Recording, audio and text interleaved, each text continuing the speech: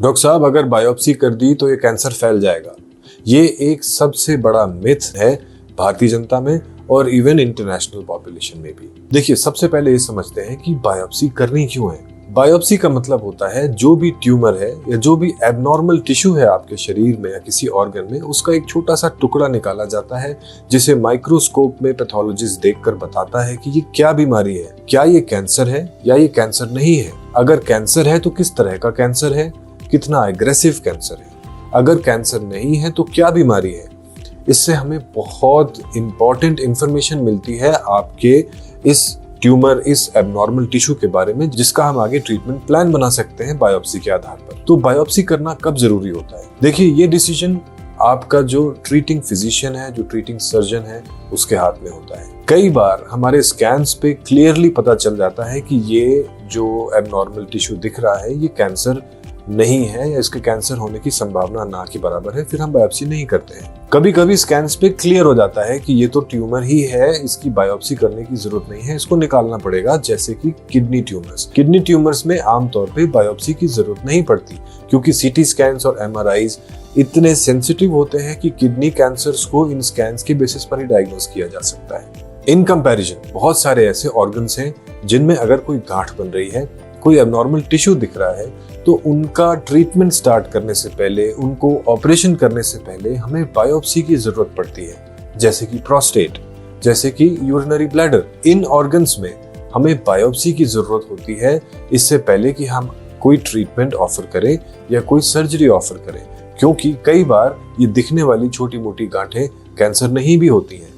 तो ऐसे ऑर्गन्स में बिना बायोप्सी ट्रीटमेंट आगे नहीं बढ़ाया जा सकता। कुछ रेयर केसेस होते हैं, जैसे कि बहुत ज़्यादा एज है मरीज की, बहुत सारी दूसरी बीमारियां हैं, बहुत सारे दूसरे रिस्क हैं, हम आगे ऑपरेशन प्लान कर ही नहीं सकते हैं, या एज इतनी ज़्यादा है कि कीमोथेरेपी, रेडिएशन थेरेपी की बात ही नहीं है। ऐसे केसेस में हम फिर बायोप्सी नहीं करते, स्कैन्स के बेसिस पर जो मिनिमल ट्रीटमेंट है उतना स्टार्ट कर देते हैं। बट मोस्टली बहुत सारे ऑर्गन्स में बायोप्सी मैंडेटरी होती है और बहुत इंपॉर्टेंट इन्फॉर्मेशन देती है। अब ये समझते हैं कि हमारा डर ऐसा क्यों बना हुआ है कि बायोप्सी से कैंसर फैल जाता है।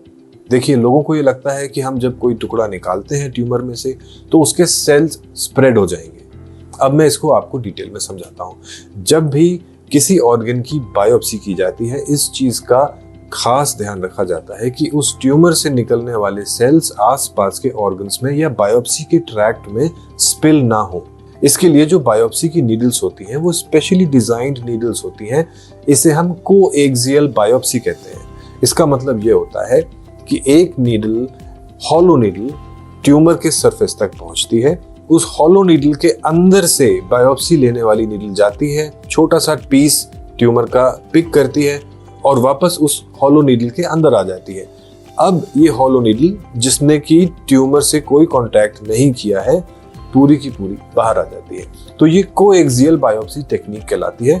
इसमें कैंसर का कोई भी सेल ट्यूमर से बाहर स्पिल नहीं होता। तो अब हमें समझ में आया कि अगर हम बायोप्सी करते हैं तो बायोप्सी से ट्यूमर स्प्रेड नहीं होता। ट्यूमर स्प्रेड कैसे होता है?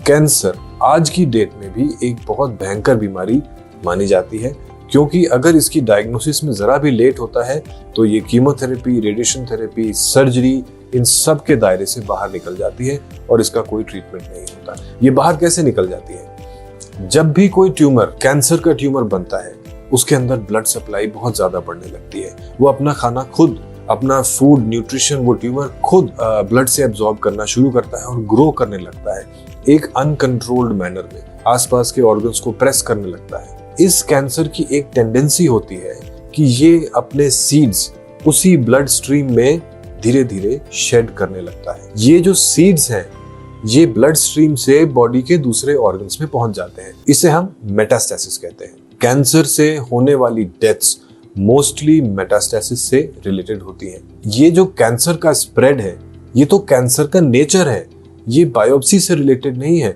ये डिले से रिलेटेड है।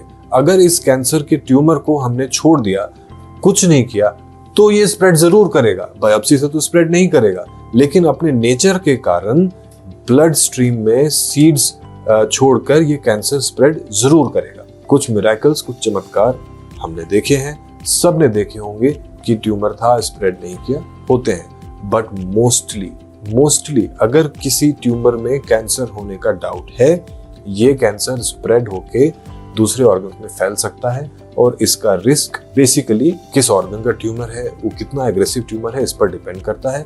लेकिन इसे हम प्रिडिक्ट नहीं कर सकते और ये मान के नहीं बैठ सकते हैं कि ये तो वहीं बैठा रहेगा, कुछ नहीं करेगा। आज कुछ नहीं कर रहा है, अच्छी बात है, भगवान करे आगे भी कुछ ना करे, लेकिन अगर ये स्प्रेड होगा तो फिर ट्रीटमेंट से बात बाहर निकल जाएगी।